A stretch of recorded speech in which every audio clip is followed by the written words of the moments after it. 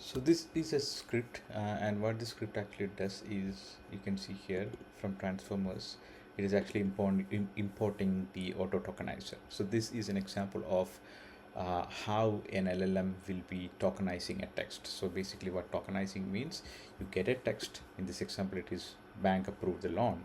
And what it does is it actually breaks this sentence into small chunks, and then it converts it into token. Remember, a pre-trained LLM always contains a vocabulary of tokens. Okay, and it also contains something called weighted metrics and stuff like that.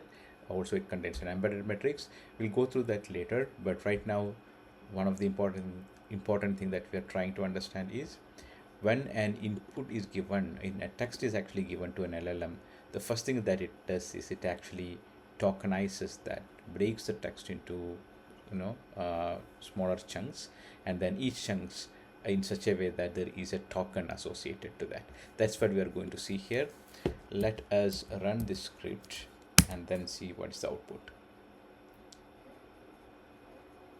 Right now it is actually loading the you know tiny llama LLM, and then you can see here few things. If you see here, even though it was like the bank approved loan, you can see there is an underscore, and then here also there is an underscore approved, there is an underscore, and etc.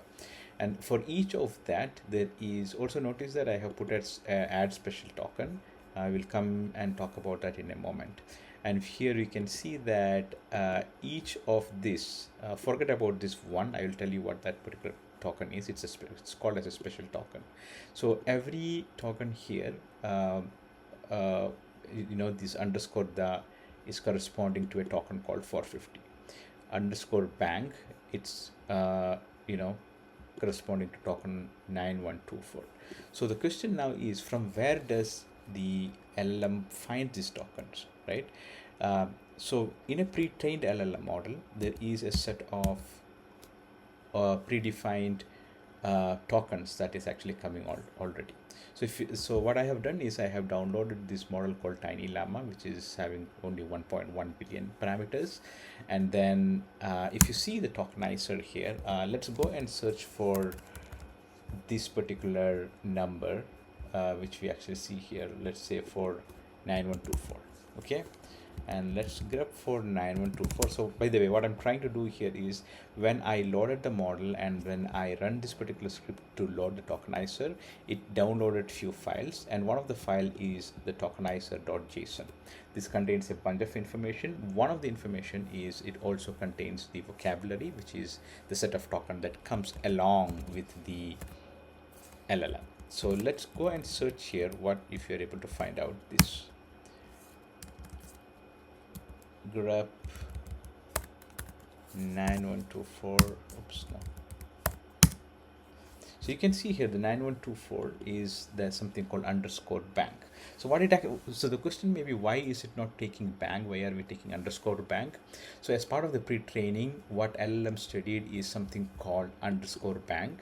And what it does is, as it does a tokenizing, it is not directly doing it as bank, but it actually converts it to one of the closest token that is available in the tokenizer.json. Okay, so similarly it has done for other words as well, underscore approved, underscore the, etc, etc. Now what is this thing called one? So let's go ahead and then see what exactly this JSON contains. If I do a more and see here, so you can see there are something called special tokens. The first token is 0, and what UNK is, it is unknown. For some reason, if there is an unknown, then unknown text or part of text, then it will be putting the ID as 0, or the token ID as 0. Token ID 1 is /s, or the parenthesis s, or whatever is this symbol is called. This actually tells you that it is the start of the sequence. Okay, so now if you go back and then see our script that we have just run, and in the script we told add special tokens equal to true. Now if you run that particular script, what you'll be able to see here is the one will be at the very first token. So this actually tells to the LLM that this is the start of the sequence. Okay. So that is what the one is. Now if I go ahead here and then I decided, I don't want uh, I don't want the special character, and I run it again, you'll be able to see that it will start with the token 450. So now what you can see that one is gone here. So now what it happens is, now the input text, which is the bank approved the loan, it converted into tokens underscore the underscore bank underscore approved underscore the underscore loan, and then a full stop.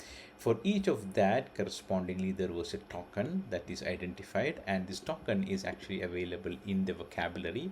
Now what it does is it goes and gets that particular token, which is a metric, which is a vector, which is an embedding vector.